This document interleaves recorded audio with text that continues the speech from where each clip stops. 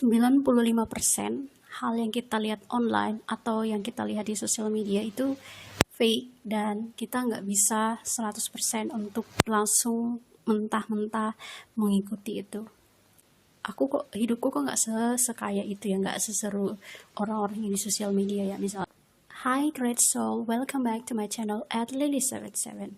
Well, di video kali ini aku mau bahas tentang alasan mengapa kita tuh tidak bisa mempercayai 100% apa yang kelihatan di sosial media atau apa yang kita lihat secara online. Kita nggak bisa serta-merta menelan mentah-mentah semua hal yang kita lihat di sosial media, lalu kita percaya itu dan kita ikutin itu. Kita harus memfilter, karena sejatinya kalau kita coba research dari berbagai aspek, kita akan menemukan banyak hal-hal yang kita lihat di sosial media itu boleh kita katakan bahwa itu 95% fake.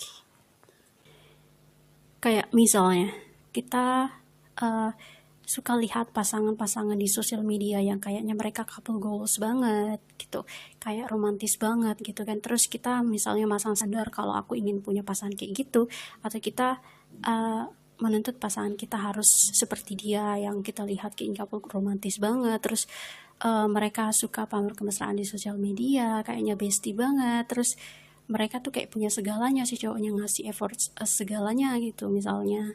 Dan kita memasang standar itu ke pasangan kita jadinya menuntut pasangan kita harus sempurna itu, yang membuat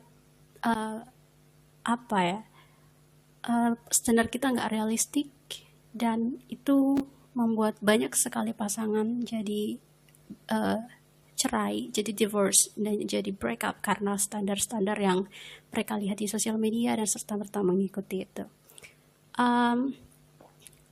Atau misalnya banyak sekali yang kita lihat di sosial media, video-video para influencer gitu kan, yang kayak kelihatan couple goals banget, kayak seperti yang kita semua sama-sama tahu ada seorang influencer sama suaminya, dia tuh kayak couple goals banget, bener-bener romantis, dan bener-bener kayak gak hanya pasangan tapi kayak best friend gitu.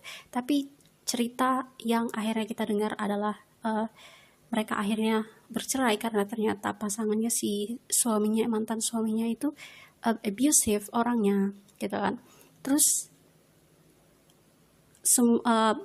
pasangan ini si wanita harus berakhir meninggal di tangan si laki-laki itu, yang sejati kita lihat di sosial media kayak romantis banget dan gak akan mungkin gitu loh, gak akan mungkin seperti itu. Banyak lagi contoh-contoh influencer yang kita lihat kayak romantis banget, tapi itu hanya di sosial media aja, ternyata di depan kamera aja, di belakang layar ternyata mereka seindah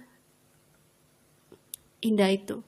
Kadang malah mereka ada di antara mereka yang nggak setia gitu kan, akhirnya mereka divorce. Dan salah satu yang akhir-akhir ini mengagetkan adalah The Black Family. Itu sangat-sangat famous, orang tuh sangat-sangat memuja couple ini, rasa bahwa keren banget, mereka kayaknya punya semuanya dan banyak orang berharap bisa seperti mereka. Tapi yang kita dengar, mereka membuat pengakuan akhir-akhir ini kalau mereka sudah bercerai. Atau misalnya banyak sekali konten-konten yang kita lihat di sosial media romantis banget. Aku awalnya punya mindset kayak, oh mereka romantis banget, aku berharap punya pasangan seperti itu. Tapi ketika aku analisis lebih dalam, itu gak baik, karena kebanyakan konten yang mereka munculkan itu bukan romantis, tapi itu lebih ke konten sensual gitu loh, yang gak bisa dikonsumsi sama semua orang. Dan kita tuh gak bisa hanya dalam hubungan yang kita pikirin tuh hanya hal-hal sensual, banyak hal-hal lain yang perlu kita perhatikan selain hal-hal itu aja. Terus kemudian banyak banget konten-konten yang kayak memperhatikan sisi romantis, kayak cuddling atau kiss tuh dimanapun gitu kan.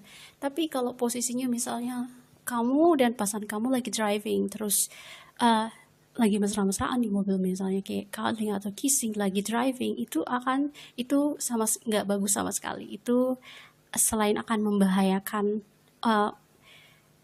kita, itu juga bisa membahayakan orang lain, bisa merugikan orang lain. Banyak orang-orang seperti ini yang nggak fokus driving gitu loh di jalan, sehingga menyebabkan orang lain harus meninggal mereka gitu loh, dan itu gak baik. Atau misalnya kayak kita lihat banyak banget konten yang kayak romantis banget, hampir 24 hours pasangannya nutut bersama dengan dia. Itu aku pikir bahwa itu romantis, tapi kalau kita teliti lebih dalam, it's not romantic but it's abusive. Kayak dia nggak ngizinin kamu kemana-mana, nggak boleh berinteraksi sama siapapun, misalnya konten-konten seperti itu abusive kontennya, dan konten-konten seperti itu seharusnya tidak boleh dilihat sama anak-anak. Dan ya, kita nggak bisa menerapkan hal-hal yang abusive seperti itu di dalam relationship. Itu bukan healthy relationship. Dan boleh aku bilang bahwa semua itu mereka lakukan untuk kepentingan mereka. Atau misalnya pasangan-pasangan yang suka memberikan suka romantis sama pasangannya, dibeliin ini, beliin itu, yang notabene dimana dia tuh nggak bisa seperti itu. Misalnya itu tren-tren itu membuat banyak sekali pasangan tuh jadi cerai, jadi putus gara-gara hal seperti itu. Dan misalnya lagi hal yang suka kita lihat di sosial media, atau misalnya kita lihat seseorang yang sukses di usia muda gitu loh. Dia, atau kita lihat orang-orang suka pamer mobilnya, suka flexing rumah baru, misalnya suka hambur-hambur duit, masih muda tapi udah kaya raya misalnya. Dan apa yang kita lihat itu hanyalah hal-hal instan, atau sebenarnya itu bagian dari strategi marketing mereka, bisnis mereka. Mereka sengaja melakukan itu untuk kepentingan mereka sendiri misalnya. Atau misalnya mereka tuh selalu, kita tuh sekarang selalu disodori dengan sesuatu yang instan gitu loh, pengen mendapatkan hasil yang maksimal dengan usaha yang instan. Sejatinya kalau kita mau sukses itu nggak itu butuh waktu yang nggak sedikit juga gitu, dan butuh kerja keras gitu misalnya. Dan kita tuh nggak bisa mengikuti misalnya orang itu, kita nggak tahu backgroundnya, siapa tahu dia memang backgroundnya dari orang kaya misalnya, dan kita bukan dari kalangan orang kaya misalnya, kayak gitu. Karena kalau kita terapin itu di diri kita, itu jadinya kita sulit dan depresi sendiri. Karena apa ya, kadang kita tuh suka dengar orang-orang, anak-anak pengusaha yang mengatakan bahwa dia bisa sukses itu karena kerja kerasnya sendiri, gak ada campur tangan orang tuanya. Tapi dia tuh punya support background yang bagus. Misalnya kalau mereka misalnya mencari rekan bisnis, investor nggak akan berpikir 1000 kali untuk misalnya berbisnis dengan si orang muda ini, karena dia tahu kalau dia tuh dari kalangan pengusaha, atau mungkin orang tuanya memang nggak membantu dia secara finansial, tapi dengan cara menggunakan power mereka sebagai pengusaha untuk membantu misalnya anaknya berbisnis gitu loh. Ketimbang kita yang bukan siapa-siapa gitu terus mau cari investor gitu kan, investor akan berpikir 1000 kali untuk mau berbisnis, bekerja sama dengan kita kalau kita bukan dari kalangan pengusaha dan kita mulai semuanya dari nol gitu loh. Jadi perbedaannya tuh sangat-sangat jauh. Misalnya kayak orang yang punya power dengan yang nggak sama sekali, itu kan sangat terlihat. Nah, itulah kenapa kita nggak boleh terlalu memaksakan diri kita.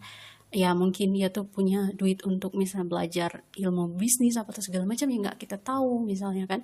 Sementara kita nggak punya apa-apa dan kita juga mau seperti itu, lalu kita memaksakan diri kita untuk berada di sesuatu yang memang kita belum sanggup gitu loh. Atau misalnya kita akhirnya jadi berpikir instan, misalnya jadi mudah tergiur sama apa yang sesuatu yang instan, misalnya kayak hal-hal menjerumuskan kita ke judul misalnya, yang kayak gitu-gitu yang membuat kita akhirnya terseret sendiri, atau misalnya terseret ke pinjaman online yang benar-benar menggiurkan awalnya, tapi lama-lama itu membuat kita dalam masalah yang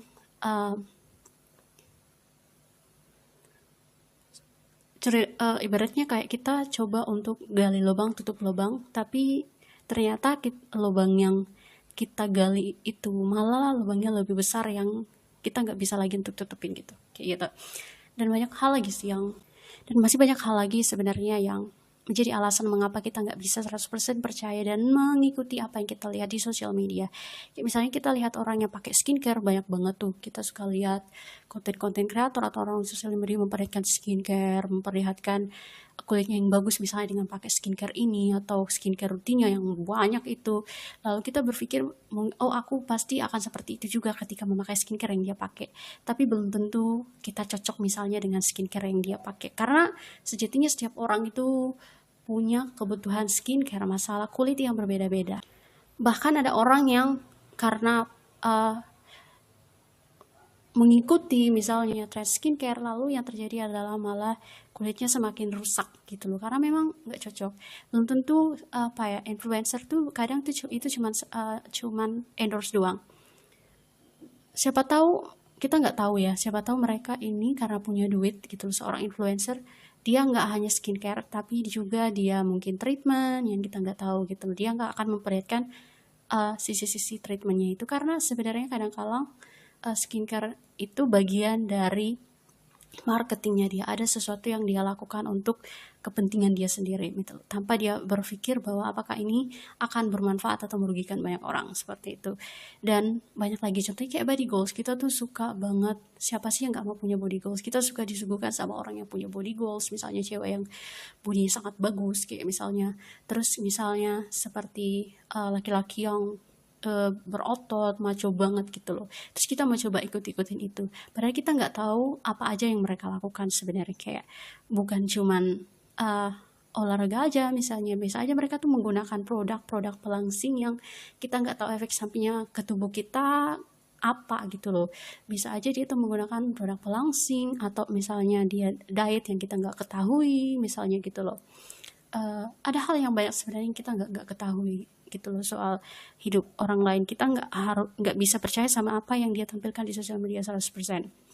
Misalnya laki-laki yang body goals gitu kan, kayak bagus banget, tapi ternyata kita nggak tahu kalau mungkin dia tuh sebenarnya bodinya bisa seperti itu karena dia mengkonsumsi banyak protein misalnya. Dan itu udah banyak banget kasusnya, badannya maco banget, badannya sangat bagus, tapi ternyata dia tuh mengalami apa ya, efek samping karena dia terlalu mengkonsumsi banyak produk yang mengandung protein yang membuat badannya seperti itu gitu loh. Dan kita tuh nggak bisa mengikuti itu, siapa tahu di kita itu nggak cocok misalnya, atau efek samping dari produk-produk pelangsing yang nantinya akan kita pakai, yang kita nggak tahu kandungan gulanya sebanyak apa di sana, atau protein yang akan mungkin membentuk tubuh otot-otot kita, tapi bisa aja dia merusak bagian-bagian tubuh kita yang lain, atau organ-organ hormon di dalam tubuh kita nggak tahu itu gitu, banyak banget. Atau misalnya standar-standar orang-orang di TikTok misalnya, kayak standar yang lagi ini banget tuh standar wanita-wanita di TikTok, di mana mereka tuh merasa laki-laki tuh terlalu patriarki, mereka terlalu menuntut laki-laki harus berpenghasilan tinggi gitu, tapi mereka tuh nggak mau menjadi misalnya istri yang baik misalnya. Mereka tuh pengen dikasih uang sebanyak-banyaknya, tapi mereka tetap bebas mau melakukan apapun yang dia mau. Misalnya aku pernah lihat ada satu wanita yang dia bilang, apalagi tren yang marriage is scary itu banyak banget, dan kita nggak bisa menelan mentah-mentah itu gitu loh. Yang sejatinya dia tuh orangnya memang perawatan banget sama tubuhnya, terus dia olahraga segala macem gitu loh. Dan dia bilang dia nggak bisa bayangin kalau nanti dia udah nikah terus dia harus meninggalkan semua itu misalnya kan, meninggalkan hobinya, meninggalkan banyak hal untuk jadi istri yang baik. Yang sejatinya kita bisa melihat bahwa banyak sifat egois di sana, yang dimana kalau kita jadi seorang wanita, kalau kita misalnya memutuskan untuk menjadi seorang istri, ibu, banyak memang hal-hal yang harus kita korbankan gitu loh. Kita nggak boleh terlalu egois, harus kayak gini-gini, harus tetap kayak gini, banyak memang yang akan kita korbankan gitu loh. Dan kita harus belajar untuk menurunkan ego kita gitu loh. Masih banyak banget sih hal-hal yang kayak misalnya kita lihat orang lain di sosial media kayak cantik banget, mulus, ganteng banget, hidupnya baik banget. Lalu ketika kita cek sama diri kita merasa semakin tertinggal, kita merasa kita merasa hidup kita kok nggak berguna gitu. Kita semakin jadi depresi, merasa nggak berguna, merasa hidup kita itu nggak ada artinya, buat kita semakin depresi dan semakin insecure. Aku pun waktu itu kalau misalnya seperti yang aku lihat TikTok atau lihat konten-konten couple goals itu, aku tuh berpikir wah itu sangat so sweet dan aku pengen punya pasangan seperti itu. Tapi ketika kemudian aku coba analisis, no, itu bukan a healthy relationship, bukan couple goals sebenarnya, karena itu kebanyakan adalah konten-konten yang sensual gitu loh, yang nggak bagus banget. Kayak itu tuh seakan-akan mengajarkan kita bahwa dalam hubungan itu akan sangat baik ketika semuanya hanya tentang hal-hal sensual tanpa kita memperhatikan hal-hal yang lain gitu loh, yang akan buat mindset kita tentang apa sih relationship itu hanya tentang sensual aja kayak gitu. Tapi aku menyadari bahwa ternyata itu nggak baik gitu loh, hanya lihat dari satu sisi itu aja. Terus kayak misalnya